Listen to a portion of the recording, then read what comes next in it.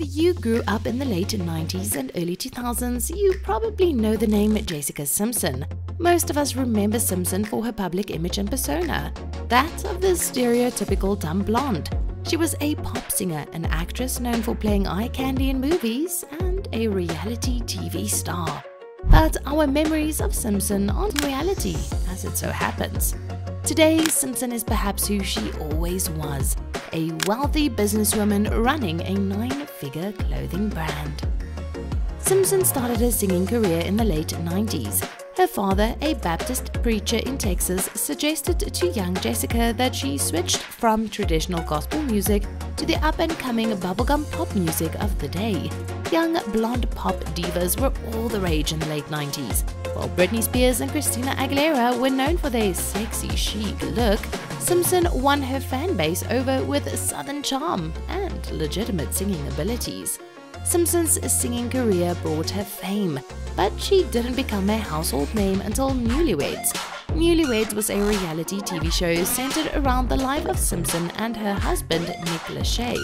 Lachey was the heartthrob lead singer of boy band 98 Degrees at the time, so their marriage was akin to a pop music royal wedding, and their reality TV show was a glimpse inside their extraordinary lives, as well as a peek into their high-profile relationship. While Newlyweds may not sound all that special to modern viewers who have 24/7 access to their favorite celebrities' social media page, it was a smash hit in 2003. On the show, Simpson played the role of a ditzy blonde, the personality everyone expected her to have. Millions of viewers saw this version of Simpson and stuck with them for several years to come. In 2005, she made her acting debut in Dukes of Hazzard, playing Daisy Duke, a character known for wearing tight cut-off blue jean shorts. Then Simpson played a somewhat similar character in Employee of the Month, a 2006 comedy featuring her as the one-dimensional attractive love interest. Still, Simpson's popularity had never been higher. Millions of women across America wanted to copy the style she wore in interviews and out in public. Simpson noticed this trend when meeting fans, but also when she went out. Eventually, Simpson's mother and business manager Tina suggested they start their own clothing line. At the time, Simpson was famous for her shawls and juicy sweatpants, but she was even more well-known for her high-heeled shoes as well as her boots, especially the ones she wore in Dukes of Hazzard. The possibilities were endless. However, Simpson and her mother had no intention of manufacturing their own clothing, especially not for the type of clothing they intended to sell. Jessica Simpson and her family came from humble beginnings in West Central Texas. Most of Simpson's childhood was spent moving around the state as her dad struggled to find work as a pastor. Because of these struggles and growing up in Texas, Simpson didn't want her brand to be like her peers, a luxury line that sold shoes for $700. Her brand would be for Middle America. Unfortunately, manufacturing clothes and selling them at affordable prices is a tricky business model to follow. You have to sell a lot of clothes while keeping costs down. If you fail to do one or the other, the consequences could be devastating for your wallet. For that reason, the Simpson family would use a tried-and-true method to sell their clothes: licensing. Licensing is one of the most lucrative and safe ways to make money in modern capitalism. The business model is based purely on brand power, which Simpson had in droves. Here's how it works, in case you're unfamiliar with the process. Essentially, someone with a large following lends their name or brand name to a company for a licensing fee, and said company gets to use their name to sell more products. One of the best examples in the manufacturing business is, of course, Star Wars. Back in the late 70s, George Lucas made the best financial decision of his life by keeping the merchandising rights of Star Wars and placing its ownership under his former company, Lucasfilm. The deal netted Lucas billions of dollars and built him into the wealthiest filmmaker in cinema history. Another great example of licensing, and don't roll your eyes, is Donald Trump. The former president's real estate business he'd inherited from his father was in bad shape. Trump's risky big idea decisions had pile-drived the company into bankruptcy. By this point in his career, Trump had made a name for himself.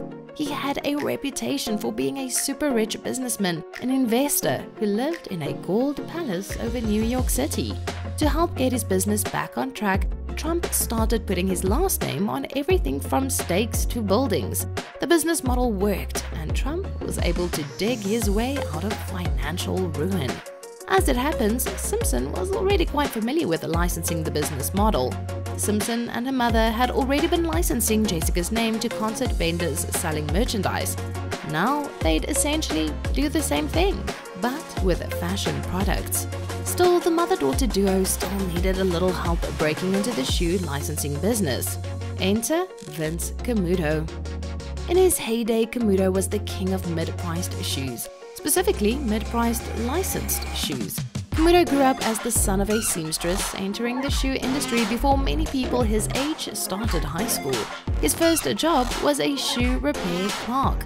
Once he got some more experience, Camuto founded Nine West in 1978. Eventually, Nine West grew into the Camuto Group, a mishmash of different shoe brands including Camuto's own line. The group also included one of the biggest licensee systems in business. Their specialties were mid-priced shoes, rarely ever climbing over $200 per pair. Despite their low prices, Camuto's brands still carried some clout in the design world and managed to imitate runway looks without demanding runway prices. He was the perfect person to make Simpson's fashion line, as well as the middle American vision of said fashion line, a reality. Camuto gladly agreed to partner up with Simpson and her mother, and it was structured as a partnership, which might sound strange to some of you. Many who are familiar with the licensing system picture the relationship between the licensee and the licensor as a distant one. In reality, their relationship is much more personal. Camuto would work closely with Tina, Simpson's mother, who was appointed to run the day-to-day operations of the company. Meanwhile, Camuto would help her by running the license and distribution aspects of the company. And Jessica, well, she'd work on being Jessica Simpson. The brand needed Simpson to stay relevant for as long as possible. Fortunately, in 2005, the year they launched the brand, Simpson's name had never been more well-known. Young teens in America who looked up to Simpson and wanted to look like her now could, for an affordable price. Camuto targeted specific sections in malls like Macy's and Dillard's, where middle-class suburban moms took their teens to buy clothes. Their teens would see the name, recognize the style, and ask to buy the clothes. The mom would then see the prices, maybe decide they were reasonable, and purchase something from the official Jessica Simpson collection. The strategy worked. Items such as the leopard print sweater and the wedge ankle boots flew off the shelves throughout the second half of the 2000s. For the first time, parents could make their teens happy without having to spend hundreds of dollars for a pair of shoes. Simpson's boots were usually priced at $110, and the leopard print sweater mentioned earlier only cost around $80. Eventually, the Jessica Simpson collection expanded to other popular mall retail apparel items, such as a line of perfume and handbags. Shoppers bought those items too, and helped keep the brand firmly in stores for several years. Other celebrity fashion brands rose and fell during this period. Brands started by big names like David Hasselhoff, Mandy Moore, and the fashion icon Sarah Jessica Parker only lasted a short time before being pulled out of stores, while the Jessica Simpson collection kept breaking sales records. When the dust from her race to the top cleared, Jessica Simpson found herself on the cover of New York magazine. The headline read, "The $1 Billion Girl." The article came out in 2011, 6 years after Simpson, Tina, and Camuto had launched the collection in 2005. By this point, the collection was earning hundreds of millions of dollars annually, with each one of the three founders getting a cut. Eventually, the collection surpassed $1 billion in sales revenue, hence the name The $1 Billion Girl.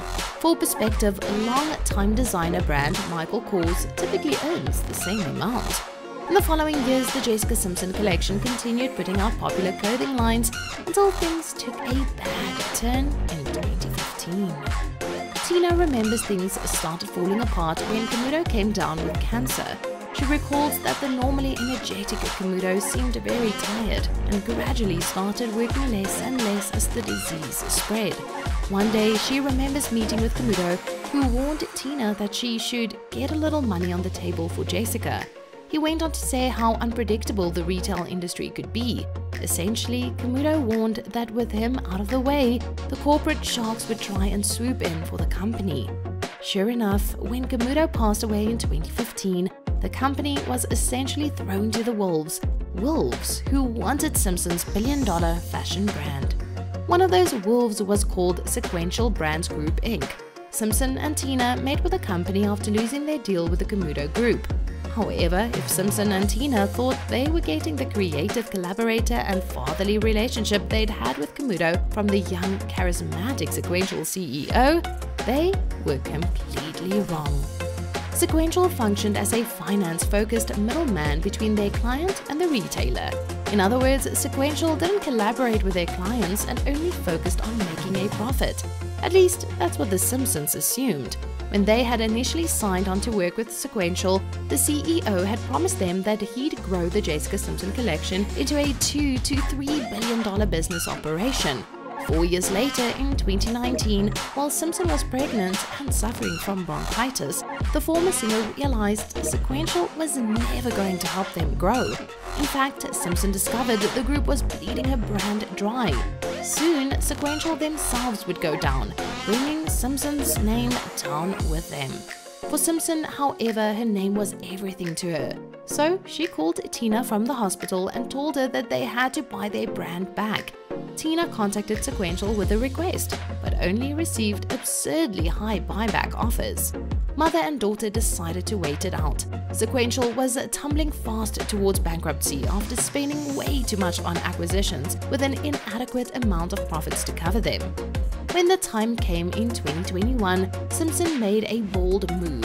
Instead of teaming up with another brand licensor like Sequential, she offered $65 million for the Jessica Simpson collection with her own money she'd acquired from a boutique investment bank. This time, Simpson would run the business on her own, with no middleman. A bankruptcy court judge approved the offer and Simpson walked away with her clothing brand in tow. A year after the takeover, Simpson has gone fully independent. Her Instagram features new music produced without a major label, and all her licensing deals are orchestrated by her and Tina. Despite not having a big company to back it, the Jessica Simpson collection is still performing incredibly well. Tina, who regularly analyzes sales numbers, says the collection is still hitting the upper 9 figures. Click to watch one of these next videos. Let us know in the comment section who's your favorite celebrity or the celebrity you love to hate.